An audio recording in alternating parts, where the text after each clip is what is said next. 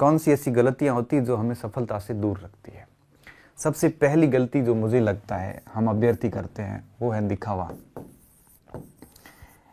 ये सफलता का सबसे बड़ा और पहला शत्रु है, दिखावा। मतलब होता है दिखावे का कि शो ऑफ करना, चाहे वो तैयारी का दिखावा हो, चाहे वो पुस्तकों का दिखावा हो, चाहे वो ढोंग हो, लोगों के सामने इम्प्रेशन झाड़ने का, लोगों को अपनी ओर खींचने का, जो वो एक प्रकार से जो बनावटी रूप होते हैं, ये सारे के सारे दिखावे कहलाते हैं। हम क्या करते हैं, जैसे हमारा फ्रेंड सर्किल है, उसको उसमें अपना इम्प्रेस झाड़ने के लिए बोल देते हैं, मैं उसकी तैयारी कर रहा हूँ, इसकी कर रहा हूँ, मैंने ये पढ़ा है, मैंने वो पढ़ा है।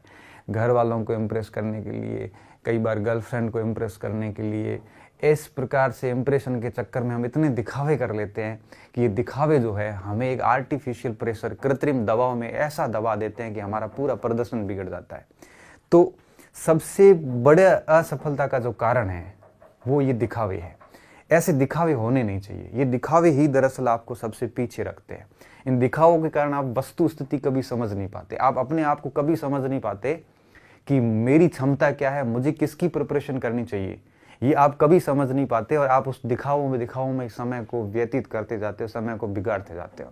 तो सबसे पहला काम ये कीजिए कि आप दिखावे ना कीजिए, आप सिर्फ तैयारी कीजिए, दिखावे ना कीजिए। तैयारी करते जाइए, जब परिणाम आएगा तो अपने आप इतना शोर मचा देगा कि पूरी आपके आसपास में जितना आप इंप्रेशन झाड़ना चाहते हो, जो आपके उद्देश्य है दिखावे के पीछे के, वो सारे उद्देश्य परिणाम अपने आप ही उन उद्देश्यों को साकार कर देगा। तो ये सफलता का सबसे बड़ा शत्रु होता है दिखावा। ये दिखावा आपको अपनी वस्तु स्थिति से कभी वाकिफ नहीं होने देगा।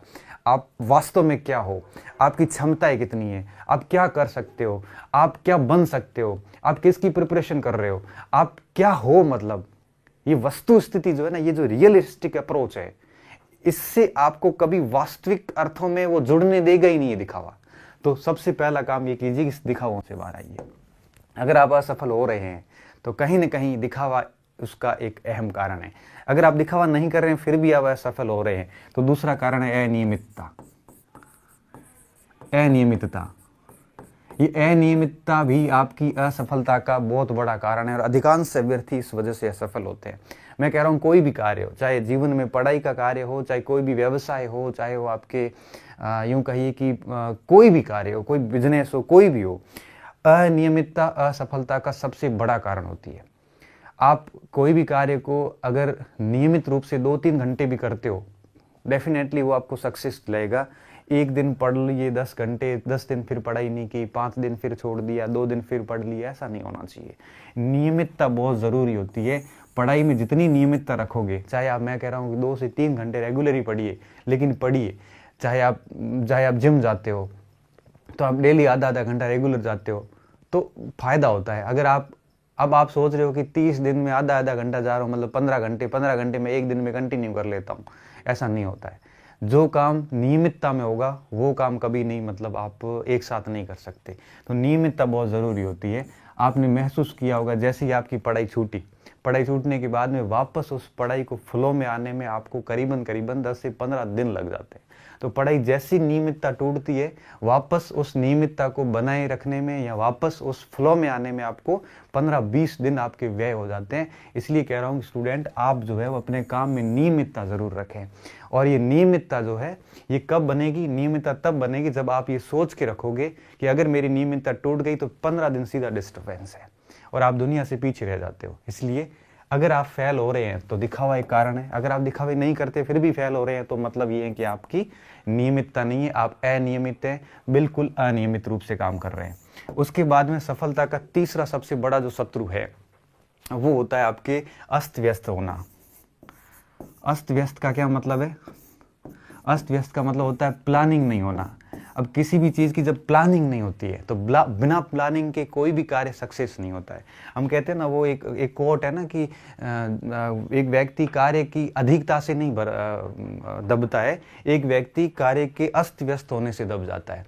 आपको पता ही नहीं आपको करना क्या है, सुबह उठ के क्या करना है, मॉर्निंग में क्या पढ़ना है, इवनिंग में क्या पढ़ना है, सप्ताह भर में क्या पढ़ना है, आगे 4 महीने की प्रिपरेशन कैसे करनी है।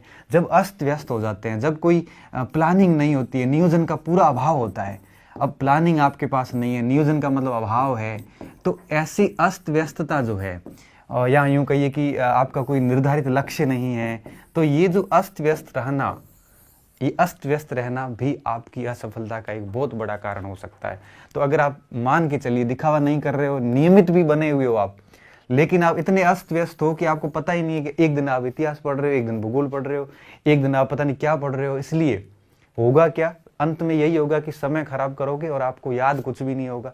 इसलिए कह रहा हूं कि हमेशा नियोजन, मतलब एक दिन एक प्रकार से प्लानिंग के साथ काम कीजिए, प्रॉपर स्ट्रेटजी के साथ काम कीजिए। मैं जो पढ़ता था, मुझे आज भी याद है, मैंने काम कर रखा था कि 5-2 का रूल्स था मेरा। एक से 5-2 का क्या रूल्स था, 5 दिन पढ़ता था, जैसे मंडे से लेकर और फ्राइडे तक कंटिन्यू मेरी पढ़ाई होती थी, और सैटरडे और संडे 2 दिन, इन दो दिनों में इन 5 दिनों का रिवीजन होता था। तो ये मेरी प्लानिंग चलती थी कि सोमवार से लेकर शुक्रवार तक पूरा पढ़ूंगा और शनिवार रविवार रिवीजन करूंगा। जैसे ही अगला सप्ताह स्टार्ट होगा, मंडे से वापस स्टार्ट करूंगा, जहां शुक्रवार को छोड़ा था वहां से सोमवार को शुरू करूंगा और मैं शुक्रवार तक आऊंगा। शुक्रवार को फिर वापस पढ़ाई छोड़ के और सैटरडे और संडे को रिवीजन करूंगा पिछले दोनों सप्ताह का। जैसे तीसरा सप्ताह आएगा, जहां शुक्रवार को छोड़ा था वहां सोमवार से शुरू करूंगा और शुक्रवार तक आऊंगा। फिर पिछले 3 सप्ताहों का रिवीजन में आगे रविवार और शनिवार को करूंगा। तो इससे क्या होता है, इस प्लानिंग से क्या होता था, मेरे परफेक्ट नियोजन हो जाता था और टारगेट आगे से आगे पूरे उस सप्ताह का सेट रहता था।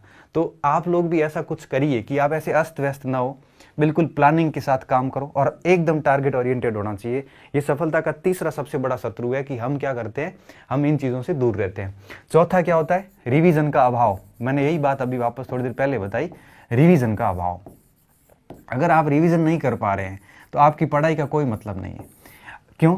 क्योंकि जैसे क्या होता है ना कि अपने पास बहुत सारा मटेरियल होता है और वो सारी सामग्री हम पढ़ के एक बार छोड़ देते हैं उसको।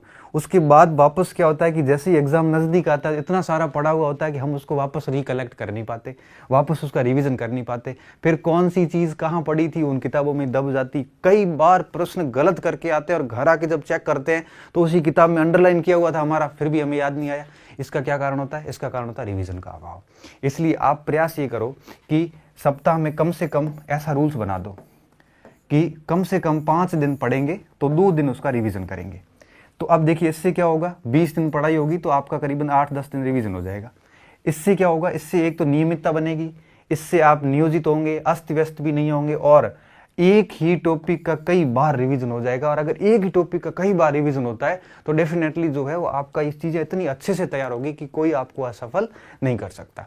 इसलिए इन चीज़ों का ध्यान रखना। मैं सफलता के 4 एक प्रकार से शत्रु थे जिनको मैं आपको अवगत करवा रहा था।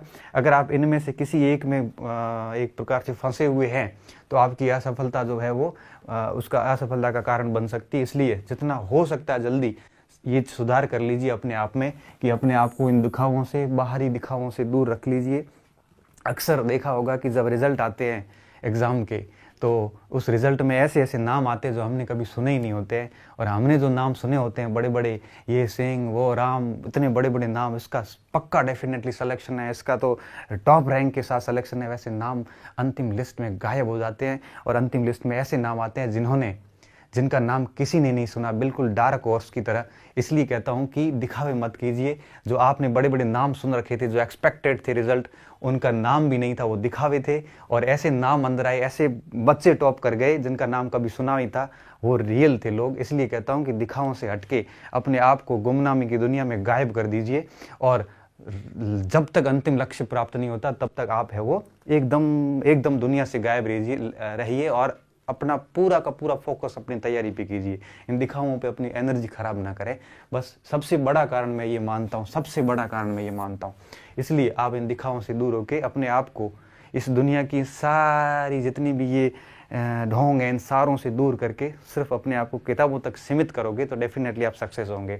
दूसरा, अपने आप को नियमित करो। भले आप 2 घंटे पढ़ो लेकिन नियमित करो, प्लस नियोजित करो अपने आप को। बिल्कुल प्लानिंग के साथ काम करो कि मुझे 1 महीने में टारगेट सेट करो कि 1 महीने में क्या पढ़ना है। 1 महीने में मुझे जैसे भूगोल पढ़ना है तो मुझे इस पूरे भूगोल को 1 महीने में कैसे पूरा करना है, इसकी प्लानिंग करके चलो। अपने आप को घंटों में मत बांधो कि मैं 8 घंटे पढ़ूंगा, सुबह इतने बजे उठूंगा, ऐसे घंटों में मत बांधो। आप अपने आप को ऐसे प्लान करो कि मुझे आगे के 2 महीने में मुझे ज्योग्राफी और हिस्ट्री पूरे करने, क्योंकि एक सब्जेक्ट को एक साथ एक दिन में आप 2-3 सब्जेक्ट एक साथ पढ़िए, बड़ा मजा आता है, क्योंकि एक सब्जेक्ट में हम बोर हो जाते हैं। तो 2-3 सब्जेक्ट एक साथ लेके कितने महीने में पूरा करना है, तो महीने का टारगेट सेट कीजिए। उसके बाद में पर डे उसको जितना आप, जब तक आपकी आंखें थक नहीं जाती तब तक उसको पढ़ते रहिए। और इसके अलावा सप्ताह में 5 दिन पढ़ें तो 2 दिन इसका रिवीजन करें, बस रिवीजन करते जाए। और फिर कहते हैं ना, जब कंटिन्यू आप रिवीजन करते जाओगे तो वो चीज़ें इतनी कंठस्थ हो जाएगी कि बिल्कुल भी आपको दिक्कत नहीं आएगी। रिवीजन आप किताबों से भी कर सकते हो। अगर आपने किताब को 2-4 बार पढ़ के शॉर्ट नोट्स बनाए हैं तो नोट्स रिवीजन कीजिए, किताब पढ़ने की वापस आवश्यकता नहीं होती है। तो इस प्रकार से इन 4 चीज़ों का ध्यान रखोगे तो निश्चित रूप से सफलता जो है वो आपके कदम चूमेगी और आप एक बार निश्चित रूप से सफल हो जाओगे। और मैं आपको एक लास्ट में जाते जाते एक और बात बता दूं, जब तक ये सफलता नहीं मिलती है ना, तब तक हमें बहुत ऐसा लगता है कि पता नहीं कितनी मुश्किल से मिलती होगी। जब तक नहीं मिलती तब तक हमें वो इतनी मतलब ऐसा लगता है जैसे सफलता पता नहीं कौन सा पहाड़ है जो हम चढ़ नहीं पा रहे हैं।